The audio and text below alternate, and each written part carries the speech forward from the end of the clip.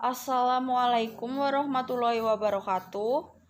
Kami dari kelompok 7 yang beranggotakan Dina Khuroto Aini, Tarisna Maesaroh, Erviana Nandasari, Ismawati Kusumaningrum, Dendi Kurniawan, Muflihatul Ummah akan mempresentasikan hasil diskusi kami yang berjudul Pencegahan Gangguan Psikiatrik Cedera Otak pada Manusia.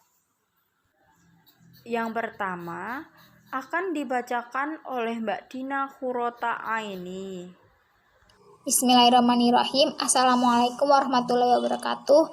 Di sini saya akan menjelaskan mengenai gangguan jiwa dan cedera pada otak manusia.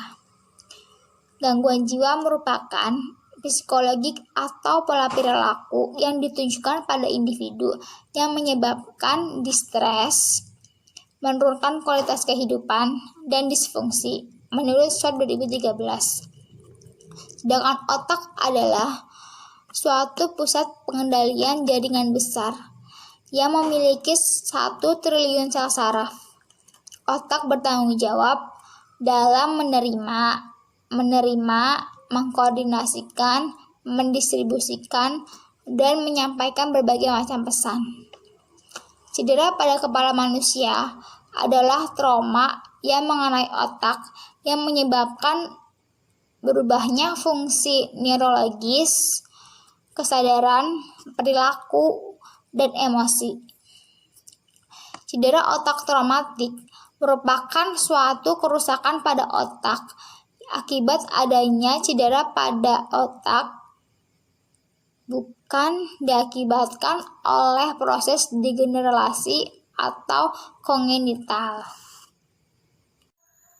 Selanjutnya akan dibacakan oleh Mas Dendi Kurniawan. Nah, di sini saya akan melanjutkan materi tentang metodologi penelitian. Penelitian ini kami menggunakan salah satu jenis pendekatan penelitian yang berupa studi kepustakaan atau library research. Studi kepustakaan merupakan studi yang digunakan untuk mengumpulkan data, informasi dengan berbagai macam bahan materi yang ada pada perpustakaan seperti dokumen, buku, majalah, jurnal, dan lain-lain. Menurut Mardalis tahun 99. Studi kepustakaan juga dapat mempelajari berbagai buku referensi serta hasil penelitian sebelumnya yang sejenis yang berguna untuk mendapatkan landasan teori masalah yang akan diteliti menurut Sarwono tahun 2006.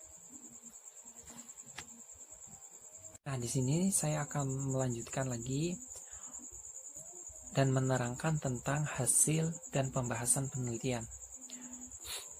Cedera otak traumatik merupakan suatu kerusakan pada otak akibat adanya cedera pada otak, bukan diakibatkan oleh proses degeneratif atau kongenital.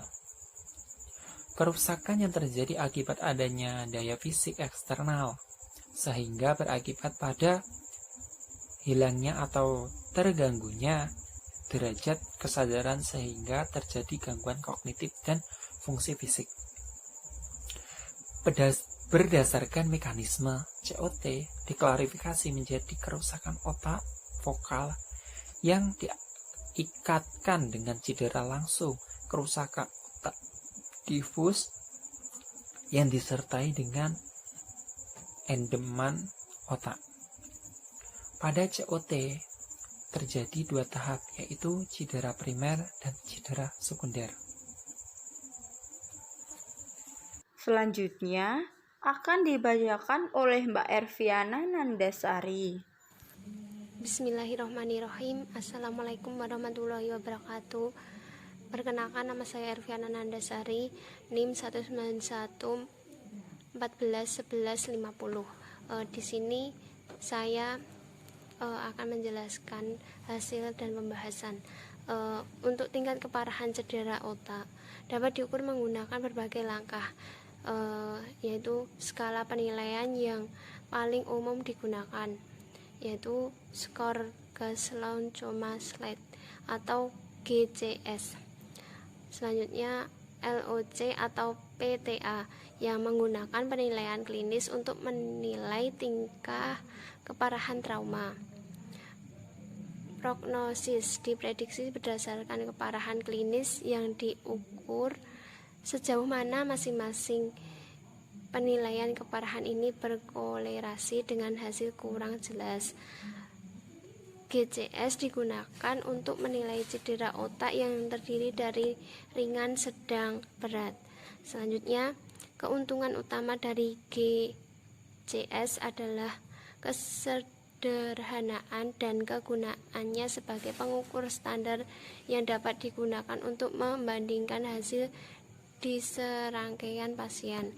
Cedera otak ringan termasuk gegar otak serta subkusi dan beberapa cedera ledakan yang terkait dengan perangkat peledak improvisasi. Dari Zainoto L 2018, cedera otak ringan terjadi dalam berbagai kegiatan termasuk olahraga seperti tinju, sepak bola,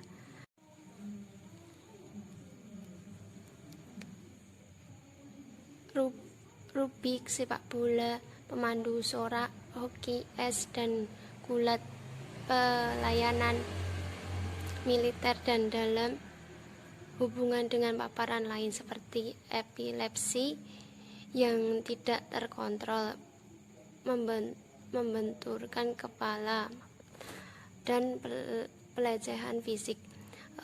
Pada cedera otak sedang atau GCS 9-13, pasien awalnya lesu atau pingsan, dan pada cedera otak berat GCS 3-8. Selanjutnya pasien koma, tidak dapat membuka mata atau menghitung perintah. Pasien dengan cedera otak berat beresiko tinggi untuk mengalami cedera otak. Selanjutnya akan dibacakan oleh Mbak Tarisna Maisaroh. Keparahan cedera otak juga dapat dikategorikan berdasarkan durasi amnesia pasca trauma.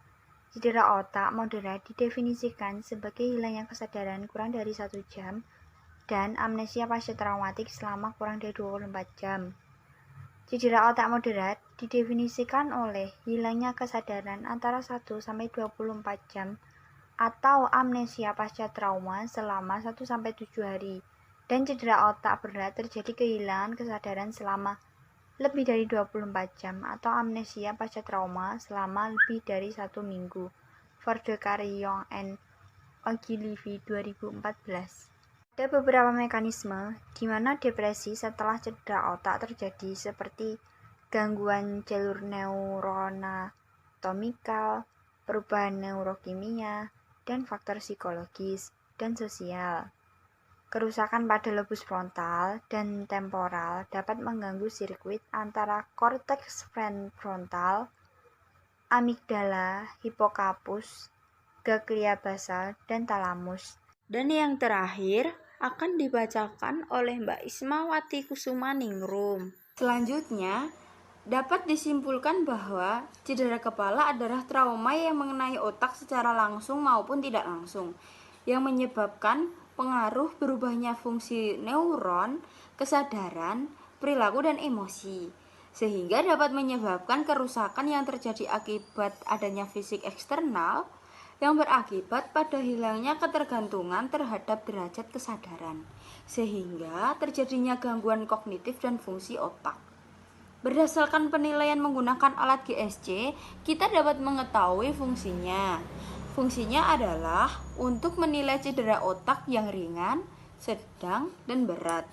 Keuntungan menggunakan GSC yaitu kesadarannya dan kegunaannya sebagai pengukuran standar yang dapat digunakan untuk membandingkan hasil serangkaian pasien. Terima kasih.